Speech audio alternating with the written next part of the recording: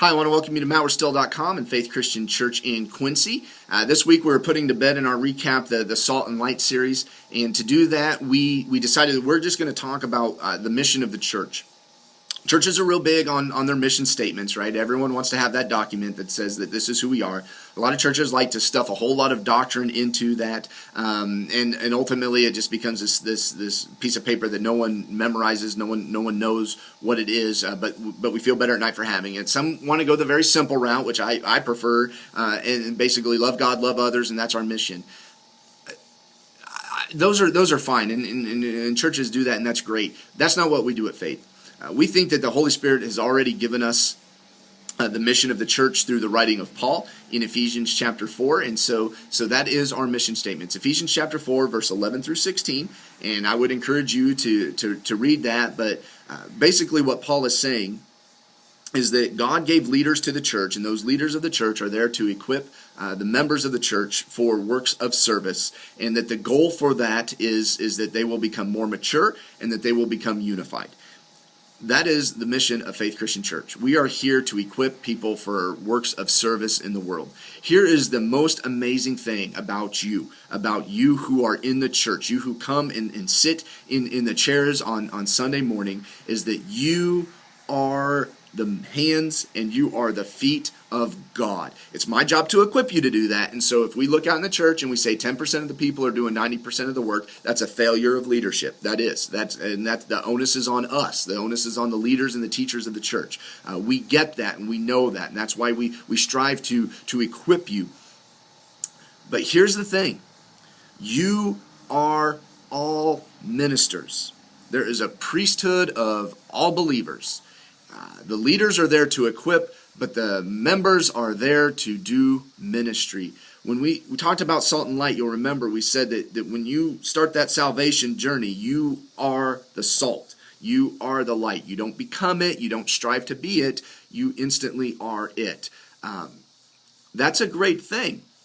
That's an exciting thing. But that then comes with a caveat. If you are sitting in a church and you don't feel that you have a job to do, it's not because there's not a job for you. It's because you are ultimately being disobedient to God. It's a hard thing to hear, but it's true. This is part of being kept accountable. God created you for ministry. In Matthew chapter 20, he commanded you to do ministry. So if you're not doing it, if all you do is come to church and you sit in a pew, you're being disobedient to God. That's a sin.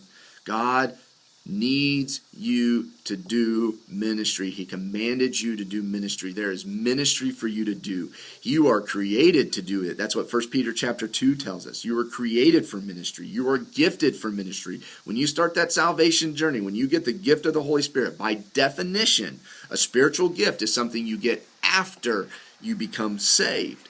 So you have been given a gift from God to use for ministry.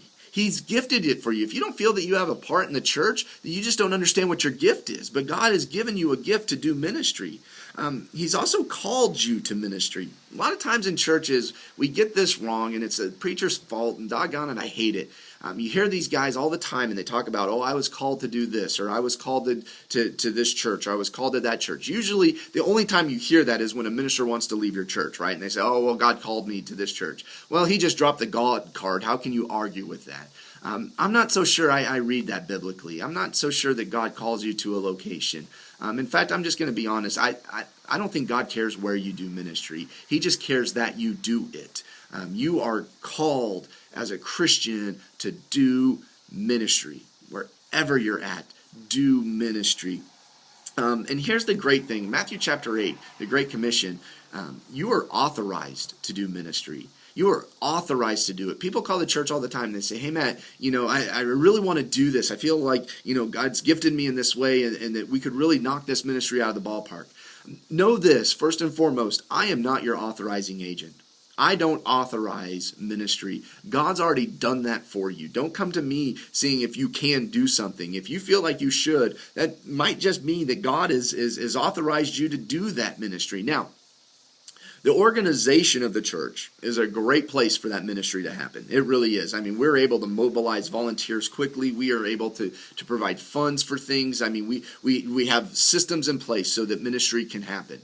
But if at any time it's just not feasible for us to start a new ministry at the church, that doesn't mean you're not authorized to do it. That just means it's not going to happen here. That just means you have to find your funding or your volunteers someplace else. But you're already authorized to do it. It would be ultimately a sin for you not to do it. If I just say it's not feasible at Faith Christian to do that, that doesn't mean you can't do it. God authorized you, not me. And I think that's important that we understand that. But ultimately, all of this is because you are needed for ministry. Don't ever think that you are not needed in a church.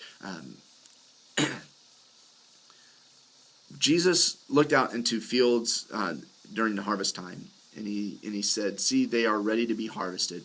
Pray that God sends workers into the harvest." I can hear the emotion in his voice. I can sense the emotion in his voice. You were needed to do ministry because souls need to be saved. You are the hands and feet of God. You are the salt and light of the earth. You are needed by God to do ministry. I do want to point this out. There is a lot of service that needs a lot of service opportunities in the church. We need people every Sunday to direct traffic. We need people to pass offering plates. We need people to sing for us. We need people to turn on the lights and adjust the air conditioning. We need all of that. We need people to sweep the floors. For the organization of the church to work, we need people to give time and effort into doing those things. But don't think for a second that passing an offering plate is your ministry. Very bluntly, I can get a trained monkey to do that. I know that's hard. I know that's pretty blunt. That's not your service. Your service is ministry. Your service is saving souls. There is something that God has gifted you to do so that people will hear of the gospel of Christ.